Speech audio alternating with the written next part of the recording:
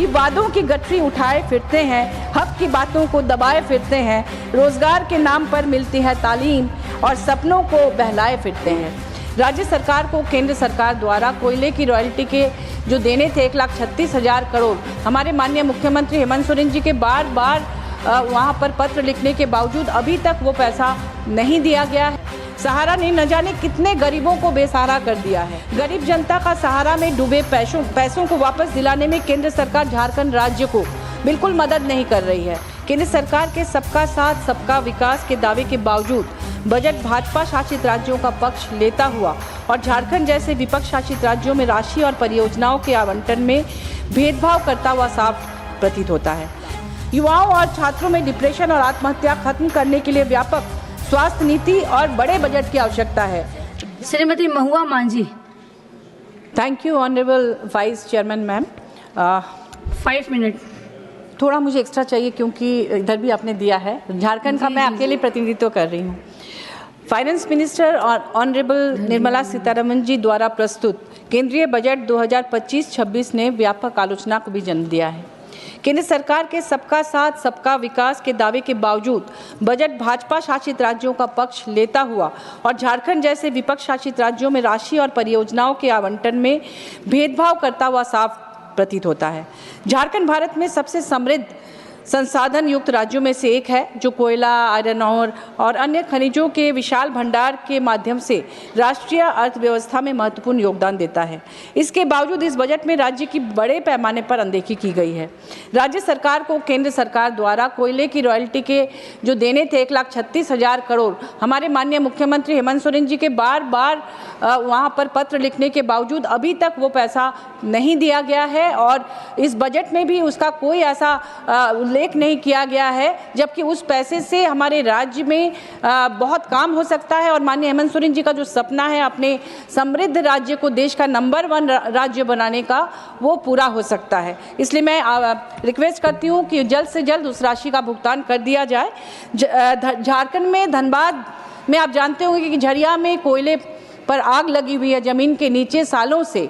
उसके लिए मुझे लगता है कि डिज़ास्टर मैनेजमेंट एक बजट होना चाहिए कि करकट्टा, खोलियरी, झरिया, जहां बहुमूल्य कोयला देश का जलकर राख हो रहा है, पॉल्यूशन हो रहा है, लोग वहां से माइग्रेट कर रहे हैं, इस पर ध्यान देने की ज़रूरत है। यहाँ तक कि देश की जो राजधानी दिल्ली है, दिल्ली में भी जो पॉल्यूशन के लिए पूरे देश में इस बात की चर्चा है, इसके लिए भी मुझे लगता है कि डिज़ास्टर मैनेजमेंट बजट अलग से अलोकेट होना चाहिए।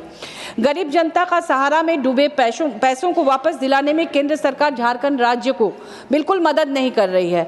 सहारा ने न जाने कितने गरीबों को बेसहारा कर दिया है। सहारा में झारखंड के लोगों के लगभग 2500 करोड़ की राशि डूबने की आशंका है। 3 लाख से ज़्यादा छोटे बड़े निवेशकों का पैसा फंसे होने का अनुमान है। धनबाद के लगभग 1872 लोगों ने राज्य सरकार से शिकायत की है। राज्य सरकार लगातार केंद्रीय रजिस्ट्रार को पत्र लिखकर पैसे वापस दिलाने की मांग कर रही है, लेकिन माननीय सुप्रीम कोर्ट के निर्देश के बावजूद केंद्र सरकार मौन है। इस पर ध्यान देने की जरूरत है। जल जीवन मिशन के तहत वित्तीय वर्ष 2024-25 के लिए झारखंड को 2,11,422 करोड़ का आवंटन दिया गया था, लेकिन जनवरी 2025 तक केवल 29,517 करोड़ ही दिया गया केंद्र सरकार द्वारा, यानी स्वीकृत राशि का 14% ही जारी किया गया।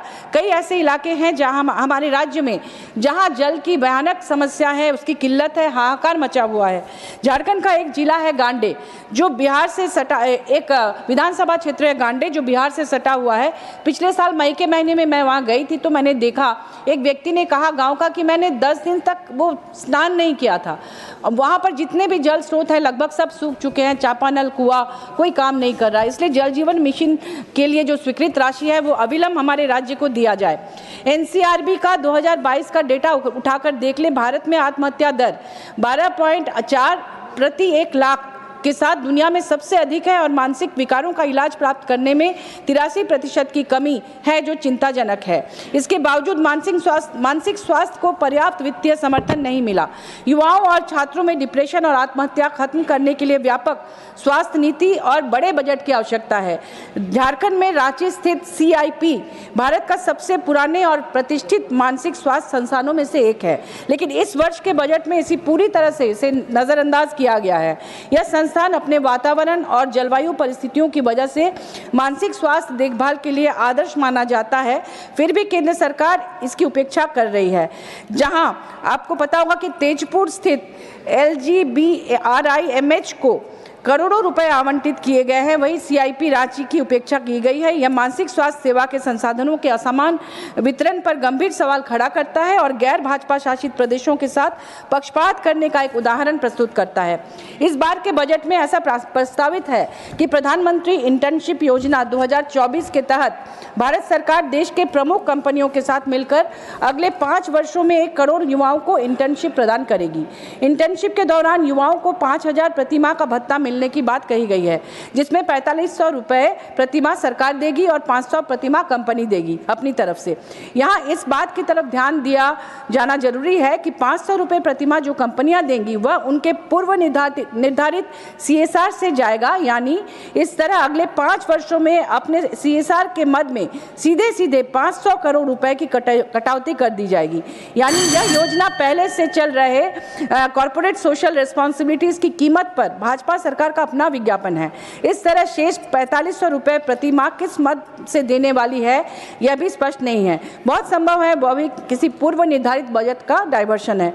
अतः इस स्तर पर सरकार को अपनी स्थिति स्पष्ट करनी चाहिए और इस योजना के लिए अलग से बजट का प्रावधान किया जाना चाहिए, क्योंकि जिस इलाके में कंपनियां काम करती हैं वहां के पॉल्यूशन से निपटने की जिम्मेदारियां कंपनियां उठाती हैं।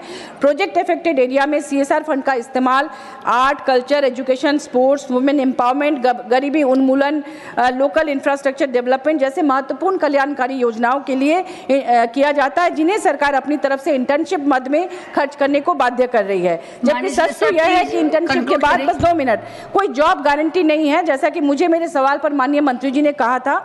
ऐसे में हो सकता है कि युवा बाद में बाहर नौकरी के लिए चले जाए और स्थानीय लोगों को CSR मद से मिलने वाले लाभ भी ना मिले। कहीं ऐसा ना हो कि 6 महीने से साल भर के लिए ट्रेनिंग प्राप्त युवा अग्निवीर से बहाल हुए युवाओं की तरह ठगा सा महसूस करे, जबकि अग्निवीर में तो फिर भी 3 साल की नौकरी है। वादों की गठरी, मैं 2 पंक्ति बोलकर खत्म कर रही हूँ कि किसी ने कहा है, ठीक ही कहा है, कि वादों की गठरी उठाए फिरते हैं, हक की बातों को दबाए फिरते हैं, रोजगार के नाम पर मिलती है तालीम और सपनों को बहलाए फिरते हैं। धन्यवाद।